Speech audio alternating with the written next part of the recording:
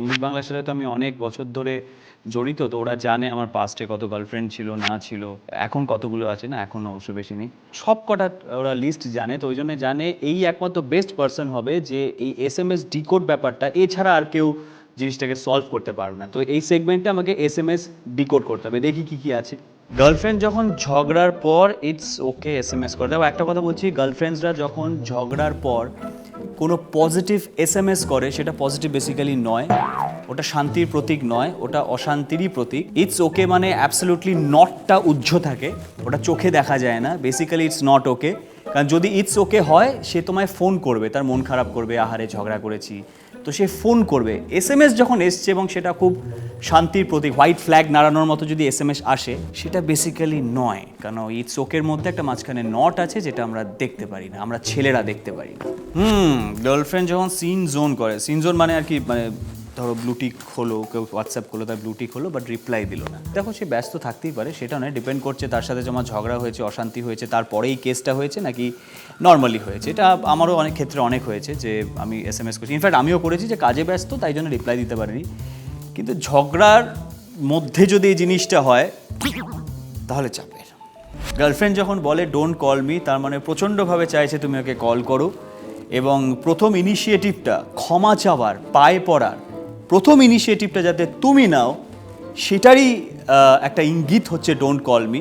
আমার অতীতের ব্যাপার, এমন একটা কেস হয়েছে যে ডোন্ট কল মি লিখেছে আমার গার্লফ্রেন্ড, এবং তাতে আমি দেখে আমিও ইগোতে নিয়ে কোনো রিপ্লাই দেয়নি। আই টোল্ড ইউ না ডোন্ট কল মি, মানে আমি তো কল করিও নি, রিপ্লাইও দিইনি। আবার ঠিক আধ ঘন্টা পর I said don't call me. আরে বাবা দেখেছি তো ডোন্ট কল মি, মানে তার মানে এটা বোঝা যাচ্ছে যে সে বলতে চাইছে যে প্লিজ কল মি, এবং প্রথম সরিটা বা প্রথম ক্ষমা চাওয়াটা, পায়ে পড়ে ক্ষমা চাওয়াটা তোমার দিক থেকে আসুক। প্লিজ, দুজনে ইগো নিয়ে তো চলবে না, কারুর ইগো তো ভাঙতে হবে, সেটা তোমার দিক থেকে কেন নয়, এটারই ইঙ্গিত হচ্ছে ডোন্ট কল মি। যতবার কোনো আমার গার্লফ্রেন্ড আমাকে আই মিস ইউ বলেছে সেটাতে কোনো ভেজাল নেই, মানে তারপরে যখন আমি দেখা করতে গেছি আমি প্রচুর চুমু পেয়েছি।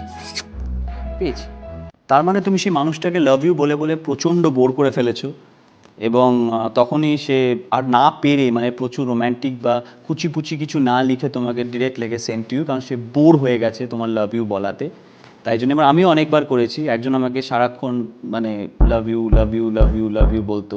জানি না অডিয়েন্স ভাবছে আমার কতগুলো প্রেমিকা ছিল, কিন্তু মিথ্যা কথা বলবো না, কিছু কিছু ছিল, কিছু কিছু একতরফা, কিছু কিছু দুতরফা, কিছু কিছুতে আঘাত পেয়েছি, ধাক্কা খেয়েছি, সব মিলেই আমার জীবনের কাহিনী।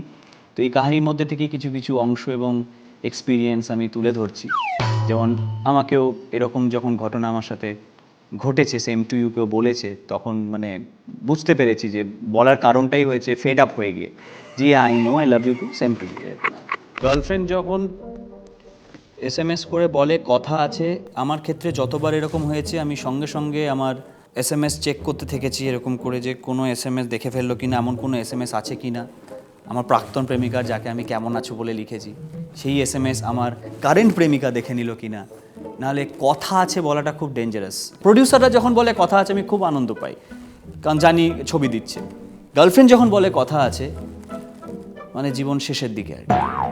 রাতে গুড নাইট মেসেজ করে অনলাইন আমার গার্লফ্রেন্ডরা কম, আমি বেশি থেকেছি, সুতরাং এই বিষয়টা নিয়ে আমি বেশি কথা বলতে চাই না, এবং তার জন্য 2-3বার কেসও খেয়েছি।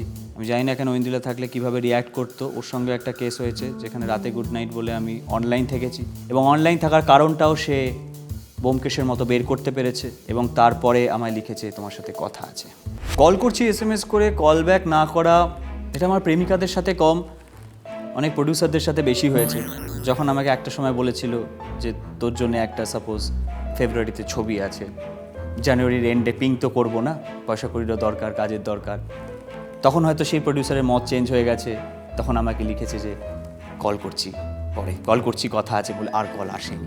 তো আশা করছি তোমাদের এই মজার সেগমেন্টটা তোমরা এনজয় করেছো। প্লিজ চোখ রাখো সঙ্গীত বাংলায়। See you.